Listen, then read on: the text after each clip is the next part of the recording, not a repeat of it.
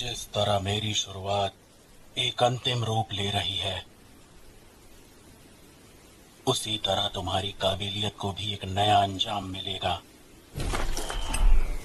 जिसे कोई रोक नहीं सकता।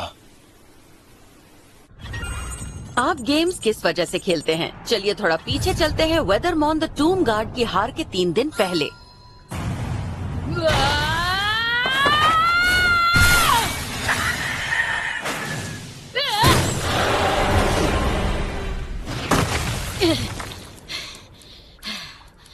ये है केओमी, एक प्रोफेशनल गेमर।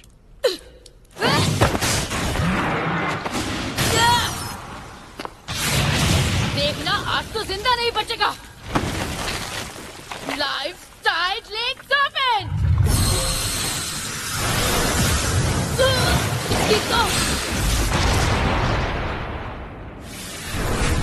बुरी बात, मेरी बारी। अब तू नहीं बचेगा।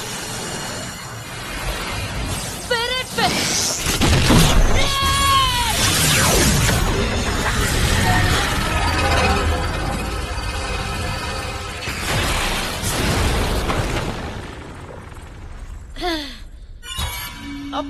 अरे वाह, लगता है मेरा लेवल बढ़ गया। वैसे पानी वाले सांप इतने खतरनाक होंगे सोचा नहीं था। पर यहाँ तो लेवल 53 लिखा है। मतलब जिस लेवल पर मैं वेदरमॉन से लड़ने से पहले थी, अभी वही हूँ। ऐसी जीत का क्या मतलब? अब ये क्या भला है? Evil Force! मैं पहले भी इसे इस्तेमाल कर चुकी हूँ। मेरी मानो तो इससे दूर रहो। ये हर 30 सेकेंड में तुम्हारे लेवल को 1 पॉइंट से कम करता रहता है। मेरा लेवल नीचे गिर गया। अरे यार, लोग हर लेवल के साथ ऊपर बढ़ते हैं, पर मुझ पर तो 20 लेवल की पेनल्टी पड़ गई। अब ये क्या है? अकेले इन चीजों से लड़ना इतना आसान भी नहीं है। यहाँ तो हिटबॉक्स छोटे से छोटे खरोंच को भी गिनता है और गिरी हुई चीजें भी मिट्टी में सनी हुई मिलती हैं। अब धीरे धीरे समझ आ रहा है कि इस गेम की क्वालिटी बिल्कुल ही घटिया है। कोई बेवकूफ ही होगा जो इस गेम के लिए वक्त बर्बाद करेगा। SLF engine. ओह। केओमी ने शांग्रीला फ्रंटियर खेलना सिर्फ इसलिए शुरू नहीं किया था क्योंकि उसने सुनराको से बात की थी। अब ये क्या है? ये है गैलेक्सिया हीरो सीरीज की सबसे लेटेस्ट गेम, जो कि साल के आखिर में रिलीज होने वाली है। इस गेम की खास बात ये है कि इसमें शांग्रीला फ्रंटियर जैसा ही इंजन इस्तेमाल हुआ है। उसने ये देख लिया था। वर्ल्ड टूर्नामेंट के हवाले से गैलेक्सिया हीरोज इस वक्त दुनिया की सबसे ज्यादा मशहूर फाइटिंग गेम है। ये इस सीरीज का एक ऐसा लेटेस्ट गेम है जो फ्यूचर में केओमी और इनके जैसे सभी प्रोफेशनल गेमर्स के लिए उनका मेन बैटल ग्राउंड बन जाएगा। अगर मैं किसी तरह सिस्टम को पहले से ही सीख लूं, तो मैं ट्रेनिंग के साथ साथ काम भी मजे से कर सकती हूँ। अब तक मैं यही सोच रही थी कि इस मामले में वेदरमॉन मेरे लिए एक अच्छा कॉम्पिटिटर साबित होगा।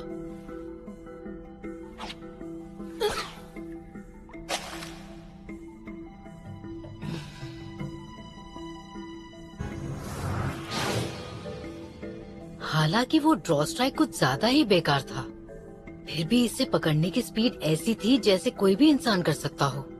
अभी भी इस गेम में कुछ ऐसा बाकी है जो मैं हाई लेवल परफॉर्मेंस के जरिए सीख सकती हूँ, वो भी गैलेक्सिया हीरोज की मिशियस की 3D मूवमेंट्स का इस्तेमाल करके।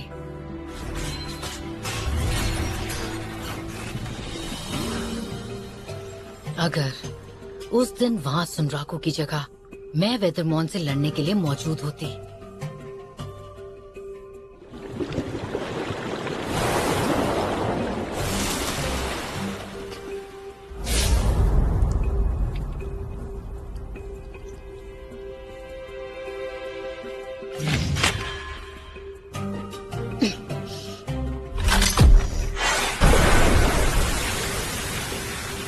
क्या मैं वेदरमॉन द डूम गार्ड को आसानी से हरा पाती?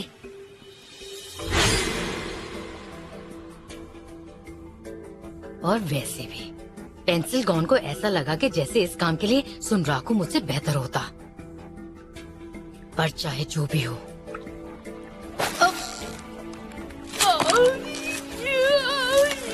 अरे ये कितनी भारी है।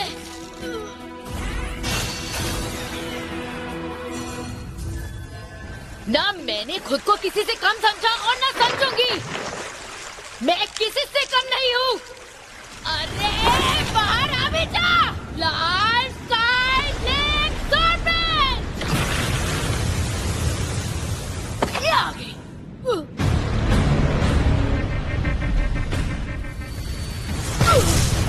अरे ये क्या? एक क्रेफिश?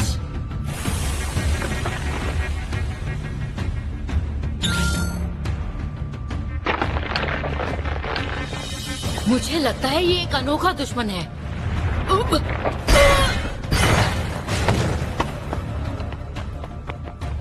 स्पिरिट!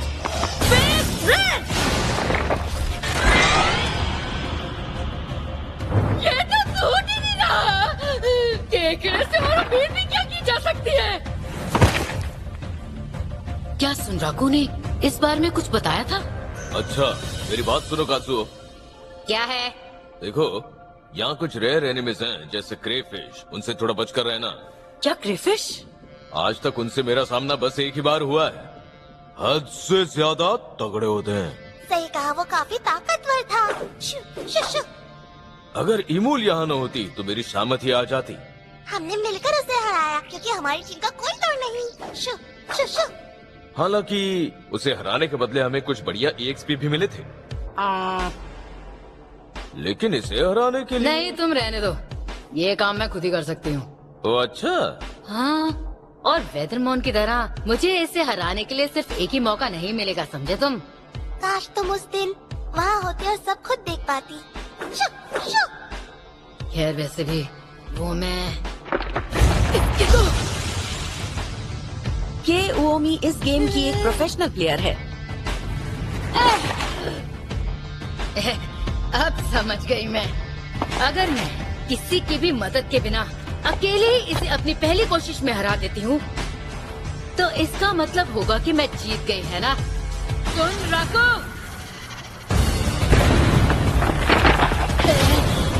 तो ये बस एक गेम है ना?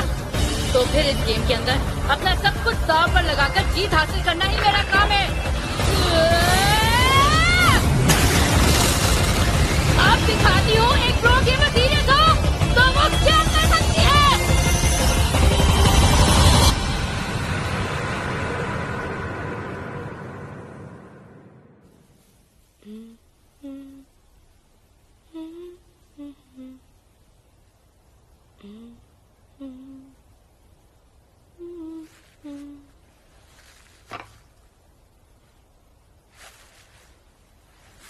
सुनो सेठ, पता नहीं कब तक मुझे इस थमे हुए वक्त में रहना पड़ेगा।